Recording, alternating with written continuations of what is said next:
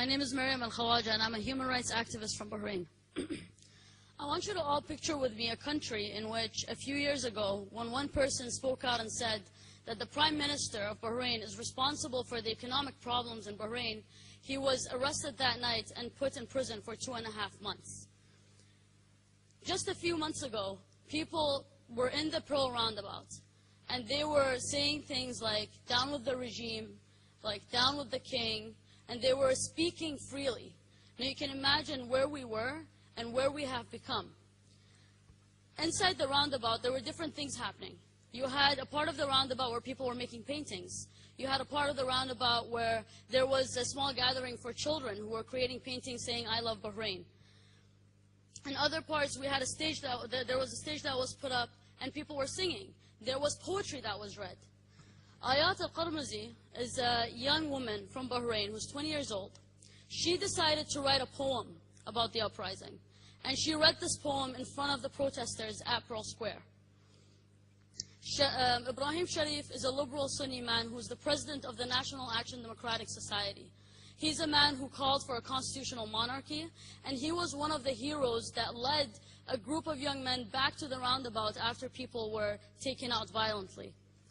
Dr. Ali al-Akri was a doctor who defied orders from the Minister of Health, saying that he is not allowed to treat injured from the protests.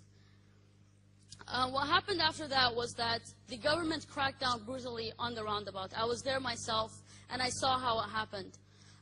The way that they attacked people, one young man, Ali al-Mu'min, who was right there with us when we were trying to get away, going through from village to village, trying to get away from the roundabout as we were being attacked by the riot police from all sides. He decided to go back because he heard there were women and children sleeping in the tents who needed to be helped to get out. And when I went to the hospital later that day, I saw him lying in a hospital bed, and he had 2 cuts down his legs, which caused him to bleed out before he was brought to the hospital. And this caused his death later on. Ali was a university student. And the question that I want to ask today is, where are they? Ayat al-Qarmazi, she went into hiding, and her family was threatened that if they do not give up where she was, her location, that their children would be killed one by one in front of the parents until they give up her location. So her parents gave her up. They still don't know where she is. Ibrahim Sharif is currently being tried as a terrorist in Bahrain in a military court. Dr. Ali al-Akri is also being tried in Bahrain for saying that he did not practice his oath as a doctor. My father is a prominent human rights activist who is known internationally for speaking out and criticizing the Bahraini government in their human rights violations. A few days ago, we found out that he was tortured severely while he was in detention. He's been in prison for about a month now. And he has 4 fractures on the left side of his face alone. And that's not mentioning the rest of his body.